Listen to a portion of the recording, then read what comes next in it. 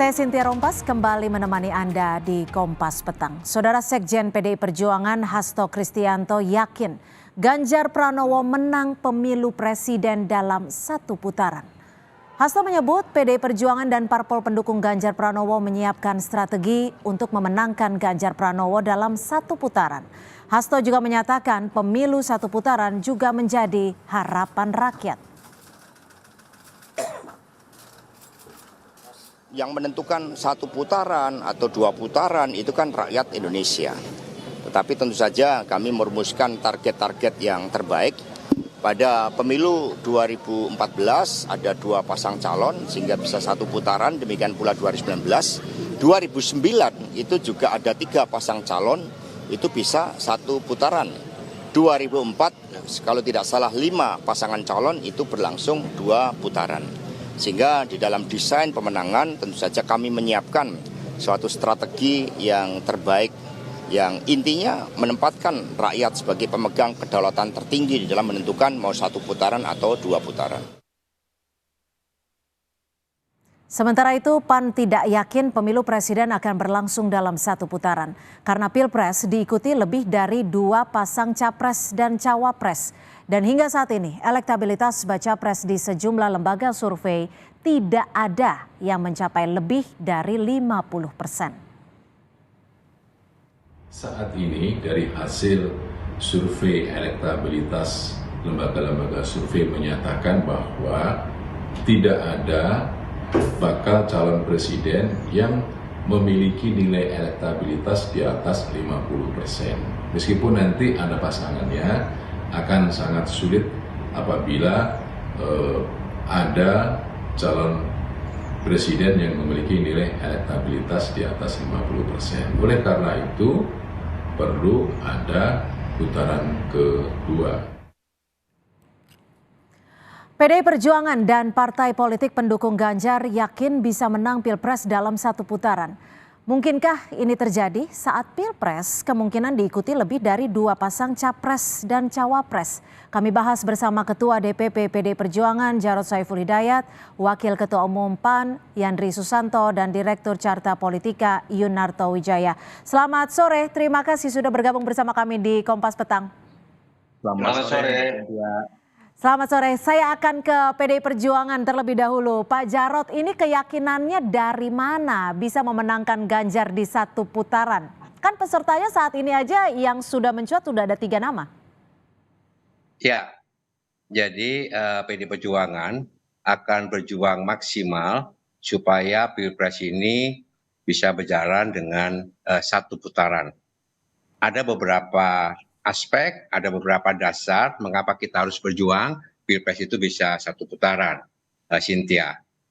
Pemilu 2024 itu ada 204,8 juta, jadi banyak banget. Kemudian TPS-nya itu 820.161 TPS. Untuk putaran pertama, ya KPU itu sudah menganggarkan 64 triliun. Sedangkan sampai dengan 2 putaran, pemerintah bersama KPU sudah menganggarkan 76 triliun. Kalau seumpama ini kita bisa maksimal berjuang bisa satu putaran untuk kemenangan Mas Ganjar, paling tidak negara, bangsa, rakyat Indonesia akan bisa mengefisienkan 14 triliun. Ya, ini dari KPU sumbernya. Yang kedua, dari stabilitas politik, kalau satu putaran itu lebih cepat untuk pemulihannya, sehingga akan mendukung pemulihan juga percepatan untuk stabilitas ekonomi. Ya. Dengan cara seperti itu maka kita bisa mempercepat apa yang sudah diletakkan oleh Pak Jokowi. Kalau kepastian satu putaran Pak Ganjar Pranowo bisa memenangkan ya di dalam Pilpres ini.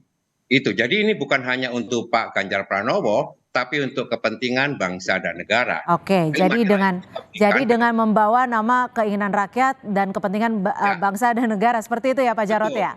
Yang kedua itu, kemudian ini Bang Yandri ya, Bang Yandri sudah dengar tidak pembicaraan Pak Jokowi dengan Bang Jul ketika KTT G20 di India, gitu ya. Jadi ini kita juga sebetulnya pemerintah, ya kita semua bangsa Indonesia itu menginginkan 1 kali putaran. Oke. Saya pikir semua partai itu juga menginginkan 1 putaran selesai. Baik. Pdi Perjuangan tidak peduli nih Cynthia, itu 2 pasang calon, 3 pasang calon, bahkan 4 pasang calon, tapi tim pemenangan nasional itu sudah melakukan rapat-rapat koordinasi pemenangan dan strategi supaya bagaimana Pak Ganjar Pranowo bisa menang 1 putaran. Baik, saya langsung ke Pak Yandri. Pak Yandri, ini PDI yakin betul kayaknya. Gimana dari tim pemenangan Prabowo Subianto? Punya keyakinan yang sama atau justru bersiap untuk 2 putaran?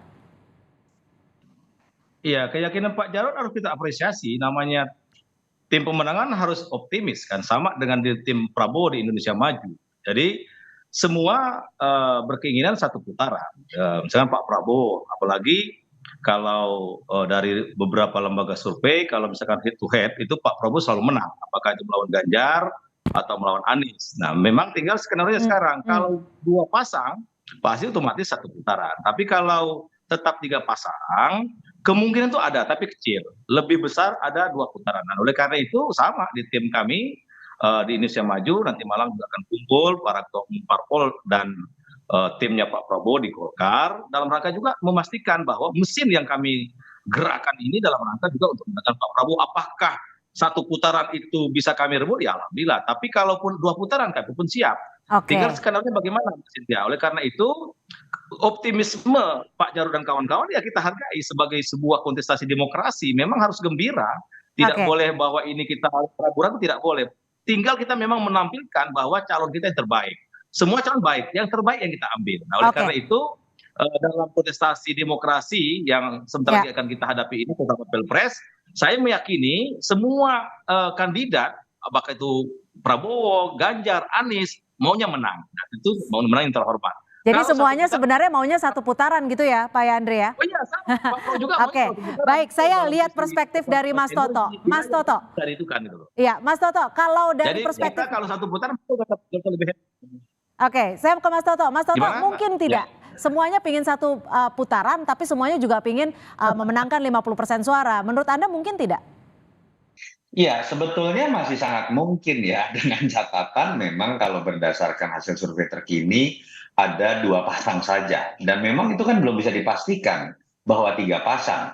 Sekarang seakan-akan memang akan ada 3 pasang. Karena misalnya sudah ada deklarasi Anies dengan Caimin yang memang sudah memenuhi syarat threshold. Tapi misalnya di koalisi itu pun kita kan belum tahu apakah sampai pendaftaran KPU sudah bisa dipastikan mereka akan tetap sesuai dengan deklarasinya.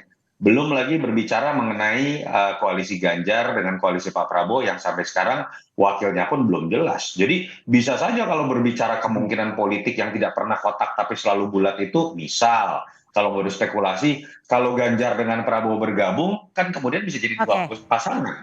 Atau paling ekstrim lagi jangan-jangan bisa 1 pasangan, aturannya berubah lagi misalnya ya. Tetapi kalau bicara berdasarkan apa yang tampak saat ini, kalau betul akan ada 3 pasang, dan kemudian berdasarkan survei yang ada, memang sulit untuk kemudian berbicara dalam sisa waktu yang ada, membaca tren, kemudian ada salah satu pasangan yang bisa mendapatkan angka di atas 50%.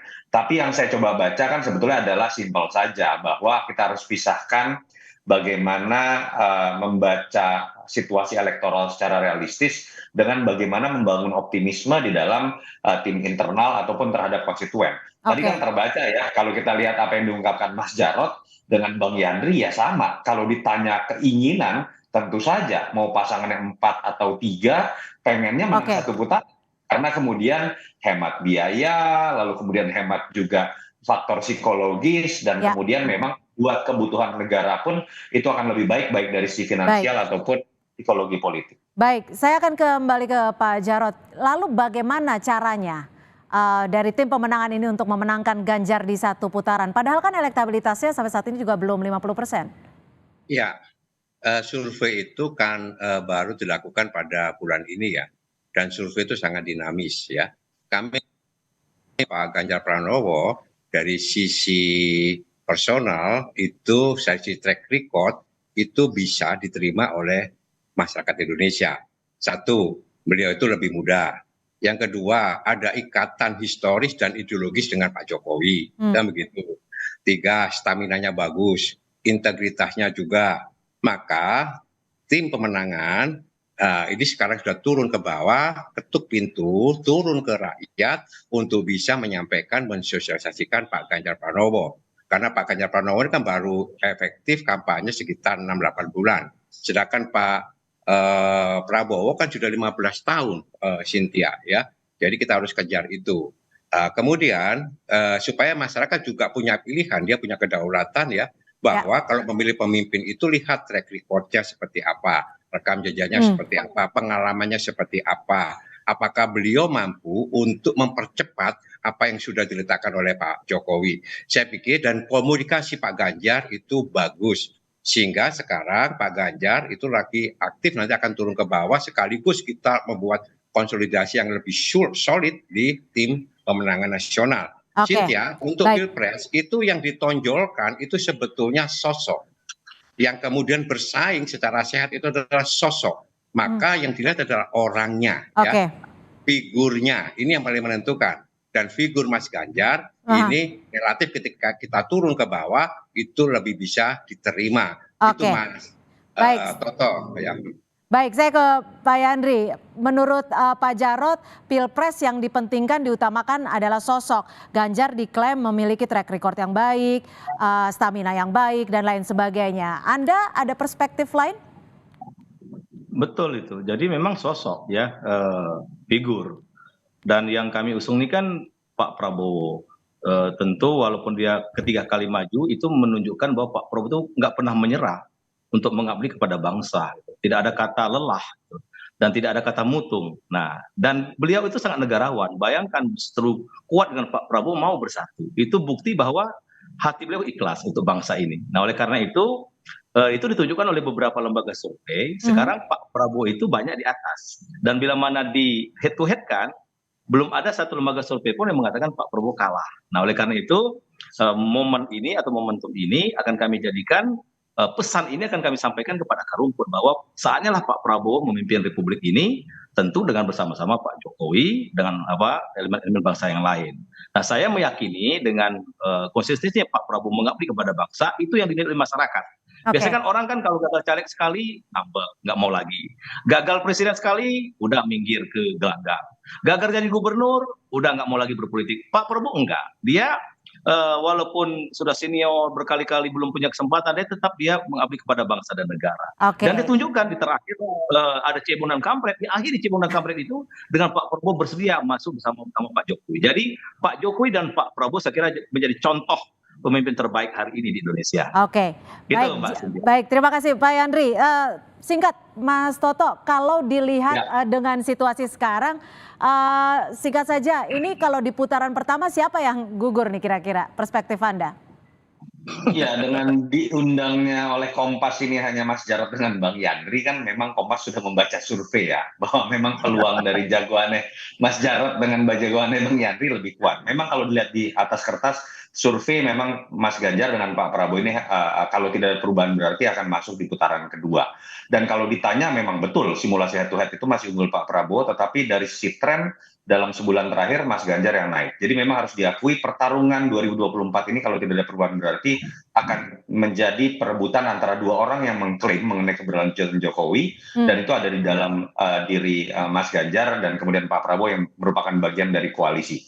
Jadi kalau dalam konteks survei memang betul putaran kedua lebih mungkin terjadi, tapi variabel mengenai berapa pasang yang akan muncul termasuk banyak variabel lain wakil. Bagaimana kemudian pengaruh dari seorang Jokowi. Belum lagi bicara blunder yang mungkin saja dialami oleh kandidat tertentu. Bukan tidak mungkin bahwa satu putaran dengan skenario 3 pasang juga masih mungkin terjadi.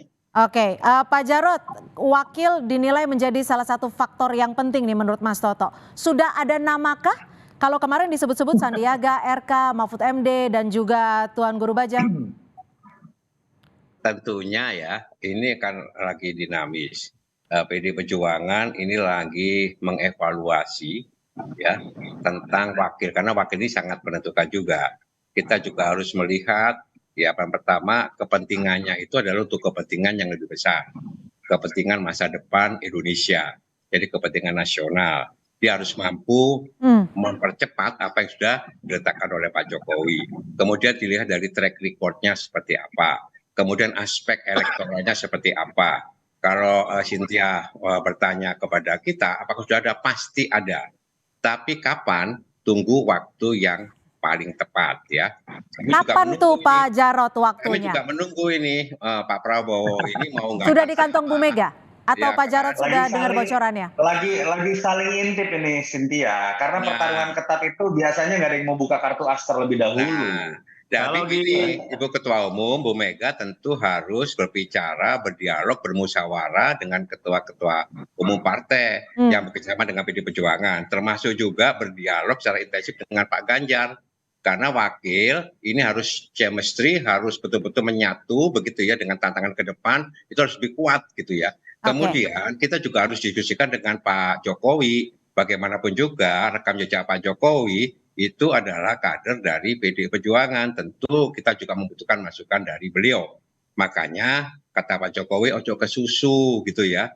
Nanti pada momentum yang paling tepat akan disampaikan ya oleh Ibu Mega, oleh Pak Ganjar, sama ketua-ketua umum partai yang bekerjasama dengan PD Perjuangan. Itu Cynthia. Oke, baik. Mas Toto, jadi kalau menurut Anda apakah ini artinya sudah ada nama kuat yang dipegang Bu Mega? Sebetulnya tidak hanya Bu Mega ya. Kalau bicara hanya Bu Mega, pasti dari awal Bu Mega pasti sudah memutuskan sendiri karena PD Perjuangan punya golden seat. Ya. Artinya kan kita harus melihat Bu Mega dalam konteks ini menjadi manusia politik yang juga realistis. Ya. Bagaimana kesepakatan dengan mesin infrastruktur dari partai lain, termasuk bagaimana kesepakatan atau minimal masukan dari Pak Jokowi dan tentu saja persetujuan dari Mas Ganjar sebagai end user. Karena Ibu Mega juga saya meyakini menyadari pertarungan ini bukan pertarungan pasti menang. Pertarungan yang akan cukup ketat dengan Pak Prabowo, terutama kalau kita baca di survei, pilihan terhadap wakil yang mungkin harus satu narasi, satu pemikiran, tapi juga bisa menjadi pendongkrak elektoral dalam pertarungan yang ketat ini juga menjadi sangat penting. Dan saya pikir kalau kita lihat dari statement-statement yang ada kan sudah bocor ya nama-nama yang mungkin dianggap mumpuni untuk masuk ke dalam list dari calon wakilnya Mas Ganjar. Tapi yang tadi saya bilang, kenapa sih waktunya tidak pernah diputuskan dalam waktu cepat, saling mengintip dengan Pak Prabowo. Mungkin itu juga yang sedang dilakukan oleh Pak Prabowo, mengintip Ganjar ini akan mengambil siapa begitu. Nih Pak Yandri udah senyum-senyum soalnya nih. Pak Yandri, bagaimana? Apakah kalau Bang Yandri istiqomah dengan Bang Erik kayaknya. Kalau saya gini Mbak Cynthia, saya dulu sampaikan, kalau Ganjar mau menang ambil Erick Thohir. Kalau Pak Prabowo menang, kan gitu kan dulu slogan saya begitu. Oke, Pak Yandri, singkat. Tetap konsisten mendorong Erick Thohir. Bayangkan baru minggu kemarin U23 itu pertama dalam sejarah loh bisa masuk Piala Asia.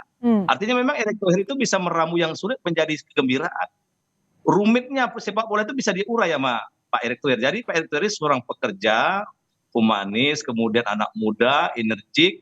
Ya saya kira itu sesuatu bagi Pak Prabowo. Dan insya Allah ini akan kami bahas secara mufakat di Koalisi Indonesia Maju dengan Gerindra, Golkar, PBB, kemudian Gelora. Tentu ya sekali lagi juga pasti ada dialog dengan Pak Jokowi. Nah oleh karena itu ya kita tunggu siapa yang duluan nih, Pak Prabowo yang ngomongkan cawapres atau Pak Ganjar kan?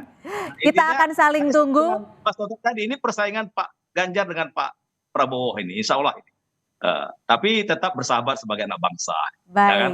Artinya ini juga yang nanti akan menentukan satu putaran atau dua putaran gitu ya Pak Yandri. Terima kasih. Ya, bisa.